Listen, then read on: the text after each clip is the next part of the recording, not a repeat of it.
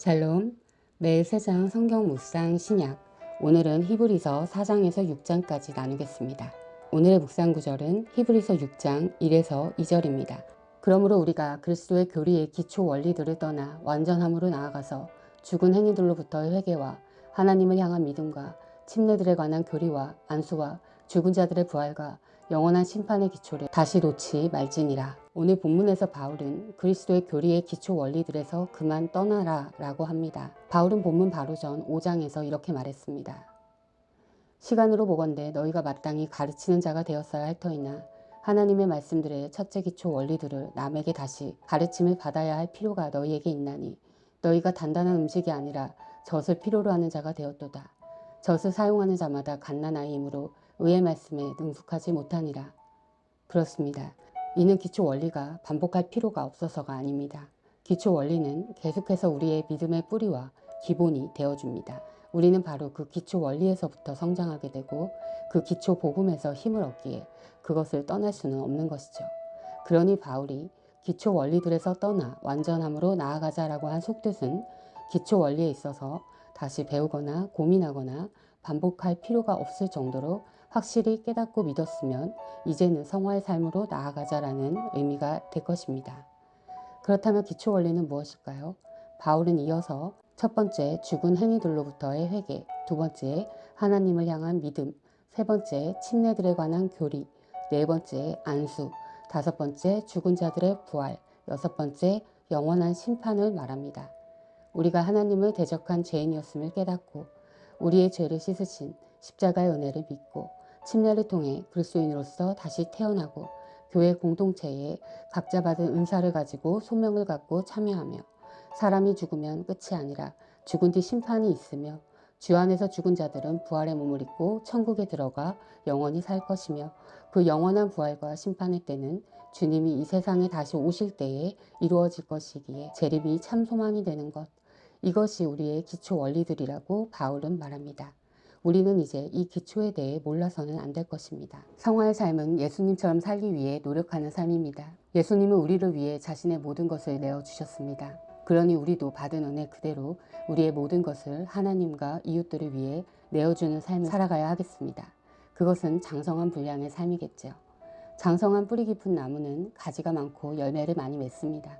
그 넓은 가지에는 새들이 와 쉬고 그 그늘에서는 사람들이 와 쉴 것입니다. 그 열매는 주변의 이웃과 동물이 나누어 먹을 것입니다. 나를 내어주는 삶, 그것이 예수님이 사는 삶이었습니다. 우리도 그를 본받아 그와 같이 장성한 분량, 열매가 많고 풍성한 삶을 사는 우리가 되기를 기도합니다. 우리가 너희를 위하여 항상 기도하며 하나님 곧 우리 주 예수 그리스도의 아버지께 감사를 드리면 그리스도 예수님을 믿는 너희의 믿음과 모든 성도들에게 너희가 베푸는 사랑을 우리가 들었기 때문이요. 또 너희를 위하여 하늘에 쌓아둔 소망으로 인함이니 이 소망은 너희가 전에 복음의 진리의 말씀 안에서 들은 것이라. 이 복음이 온 세상에 있는 것 같이 너희에게 이르렀으며 너희가 그것을 듣고 진리 안에서 하나님의 은혜를 안 그날부터 너희 안에서도 열매를 맺는 것 같이 열매를 맺는도다. 골로새서 1장 3절에서 6절. 오늘의 묵상 제목은 장성한 뿌리 깊은 나무였습니다. 오늘의 묵상을 기억하며 오늘의 말씀 히브리서 4장에서 6장까지 읽겠습니다. 그러므로 하나님께서 주신 안식에 들어가리란 약속이 아직 남아있는 동안에 여러분 가운데서 거기에 미치지 못하는 사람이 아무도 없도록 두려운 마음으로 조심하십시오. 그들이나 우리나 기쁜 소식을 들은 것은 마찬가지입니다. 그런데 들은 그 말씀이 그들에게는 아무런 유익이 되지 못하였습니다. 그들은 그 말씀을 듣고서도 그것을 믿음과 결합시키지 않았기 때문입니다. 그러나 그 말씀을 믿은 우리는 안식에 들어갈 것입니다. 그것은 내가 진노하여 맹세한 것과 같이 그들은 결코 내 안식에 들어오지 못할 것이라고 말씀하신 그대로입니다. 사실상 하나님께서 세상을 창조하시고 모든 일을 끝마치셨으므로 그때부터 안식이 있어온 것입니다. 일곱째 날에 관해서는 어딘가에서 하나님께서 일곱째 되는 날에는 그 모든 일을 마치고 쉬셨다 하였고 또 이곳에서는 다시 그들은 결코 내 안식에 들어오지 못할 것이다 하셨습니다. 그러므로 어떤 사람들에게는 안식에 들어갈 기회가 아직 남아 있습니다. 그런데 기쁜 소식을 먼저 들은 사람들이 순종하지 않았으므로 들어갈 수 없었습니다. 그렇지만 하나님께서는 다시 오늘이라는 어떤 날을 정하시고 이미 인용한 말씀대로 오랜 뒤에 다윗을 통하여 오늘 너희가 그의 음성을 듣거든 너희 마음을 완고하게 하지 말아라 하고 말씀하셨습니다. 여호수아가 그들에게 안식을 주었더라면 하나님께서는 그 뒤에 다른 날이 있으리라는 것을 말씀하시지 않았을 것입니다. 그러니 하나님의 백성에게는 안식하는 일이 아직 남아 있습니다. 하나님께서 주실 안식에 들어가는 사람은 하나님이 자기 일을 마치고 쉬신 것과 같이 그 사람도 자기 일을 마치고 쉬는 것입니다. 그러므로 우리는 이 안식에 들어가기를 힘씁시다. 아무도 그와 같은 불순종의 본에 따르다가 떨어져 나가는 일이 없도록 해야 하겠습니다. 하나님의 말씀은 살아있고 힘이 있어서 어떤 양날 칼보다도 더 날카롭습니다. 그래서 사람 속을 꿰뚫어 혼과 영을 갈라내고 관절과 골수를 갈라놓기까지 하며 마음에 품은 생각과 의도를 밝혀냅니다. 하나님 앞에는 아무 피조물도 숨겨진 것이 없고 모든 것이 그의 눈앞에 벌거숭이로 드러나 있습니다. 우리는 그의 앞에 모든 것을 드러내 놓아야 합니다. 그러나 우리에게는 하늘에 올라가신 위대한 대제사장이신 하나님의 아들 예수가 계십니다. 그러므로 우리의 신앙 고백을 굳게 지킵시다. 우리의 대제사장은 우리의 연약함을 동정하지 못하시는 분이 아닙니다. 그는 모든 점에서 우리와 마찬가지로 시험을 받으셨지만 죄는 없으십니다. 그러므로 우리는 담대하게 은혜의 보좌로 나아갑시다. 그리하여 우리가 자비를 받고 은혜를 입어서 제때 주시는 도움을 받도록 합시다. 각 대제사장은 사람들 가운데서 뽑혀서 하나님과 관계되는 일에 임명받습니다. 그리하여 그는 사람들을 위하여 예물과 속죄의 희생 제사를 드립니다. 그는 자기도 연약함에 휘말려 있으므로 그릇된 길을 가는 무지한 사람들을 너그러이 대할 수 있습니다. 그는 백성을 위해서 속죄의 제사를 드려야 하는 것과 마찬가지로 그 연약함 때문에 자기 자신을 위해서도 드려야 하는 것입니다. 누구든지 이 영예는 자기 스스로 얻는 것이 아니라 아론과 같이 하나님의 부르심을 받아서 얻는 것입니다. 이와 같이 그리스도께서도 자기 자신을 스스로 높여서 대제사장이 되는 영광을 차지하신 것이 아니라 그에게 너는 내 아들이다. 오늘 내가 너를 낳았다 하고 말씀하신 분이 그렇게 하신 것입니다. 또 다른 곳에서 너는 멜기세덱의 계통을 따라 임명받은 영원한 제사장이다 하고 말씀하셨습니다. 예수께서 육신으로 세상에 계실 때에 자기를 죽음에서 구원하실 수 있는 분께 큰 부르짖음과 많은 눈물로써 기도와 탄원을 올리셨습니다. 하나님께서는 예수의 경외심을 보시어서 그 간구를 들어주셨습니다. 그는 아드님이시지만 고난을 당하심으로써 순종을 배우셨습니다. 그리고 완전하게 되신 뒤에 자기에게 순종하는 모든 사람에게 영원한 구원의 근원이 되시고 하나님에게서 멜기세덱의 계통을 따라 대제사장으로 임명을 받으셨습니다. 멜기세덱에 관하여는 할 말이 많이 있지만 여러분의 귀가 둔해진 까닭에 설명하기 어렵습니다. 시간으로 보면 여러분은 이미 교사가 되었어야 할 터인데 다시금 하나님 말씀의 초보적 원리를 남들에게서 배워야 할 처지에 놓여 있습니다. 여러분은 단단한 음식물이 아니라 젖을 필요로 하는 사람이 되었습니다.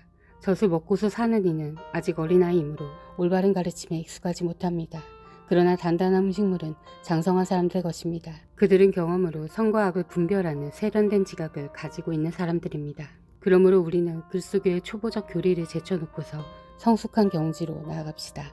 죽은 행실에서 벗어나는 회개와 하나님에 대한 믿음과 세례에 관한 가르침과 안수와 죽은 사람의 부활과 영원한 심판과 관련해서 또다시 기초를 놓는 일이 없어야 하겠습니다. 하나님께서 허락하시면 우리는 그렇게 할 수 있을 것입니다. 한번 빛을 받아서 하늘의 은사를 맛보고 성령을 나눠받고 또 하나님의 선한 말씀과 장차 올 세상의 권능을 맛본 사람들이 타락하면 그들을 새롭게 해서 회개에 이르게 할 수 없습니다. 그런 사람들이야말로 하나님의 아들을 다시금 십자가에 못 박고 욕되게 하는 것이기 때문입니다. 땅이 자주 내리는 비를 흡수하여 농사짓는 사람에게 유익한 농작물을 내주면 그 땅은 하나님께로부터 복을 받습니다. 그러나 가시덤불과 엉겅퀴를 내면 그 땅은 쓸모가 없어지고 저주를 받아서 마침내는 불에 타고 말 것입니다. 사랑하는 여러분, 우리가 이렇게 말하지만 여러분에게는 구원에 이르게 하는 더 좋은 것들이 있다는 것을 확신합니다. 하나님은 불의하신 분이 아니므로 여러분의 행위와 여러분이 하나님의 이름을 위하여 나타낸 사랑을 잊지 않으십니다. 여러분은 성도들을 섬겼으며 또 지금도 섬기고 있습니다. 여러분 각 사람은 같은 열성을 끝까지 나타내서 소망을 이루시기 바랍니다. 여러분은 게으른 사람이 되지 말고 믿음과 인내로 약속을 상속받는 사람들을 본받는 사람이 되어야 합니다. 하나님께서는 아브라함에게 약속하실 때에 자기보다 더 큰 분이 계시지 아니하므로 자기를 두고 맹세하시고서 말씀하시기를 내가 반드시 너에게 복을 주고 복을 줄 것이며 너를 번성하게 하고 번성하게 하겠다 하셨습니다. 그리하여 아브라함은 오래 참은 끝에 그 약속을 받은 것입니다. 사람들은 자기보다 더 위대한 일을 두고서 맹세합니다. 그런데 맹세는 그들에게 모든 논쟁을 그치게 하여 주고 확정을 지어줍니다. 그래서 하나님께서는 그 약속을 상속받는 사람들에게 하나님의 뜻이 변하지 않는다는 것을 더욱 환히 나타내 보이시려고 맹세로서 보증하여 주셨습니다. 이는 앞에 놓인 소망을 붙잡으려고 세상에서 피하여 나온 사람들인 우리가 이 두 가지 변할 수 없는 사실, 곧 하나님의 약속과 맹세를 의지하여 큰 위로를 받게 하려는 것입니다. 하나님께서는 약속하시고 맹세하실 때에 거짓말하실 수 없습니다. 우리에게는 이 소망이 있으니 그것은 안전하고 확실한 영혼의 닭과 같아서 휘장 안에까지 들어가게 해줍니다. 예수께서는 앞서서 달려가신 분으로서 우리를 위하여 거기에 들어가셔서 멜기세덱의 계통을 따라 영원히 대제사장이 되셨습니다. 아멘. 사랑하는 형제자매 여러분, 주님이 곧 오십니다. 마라나타.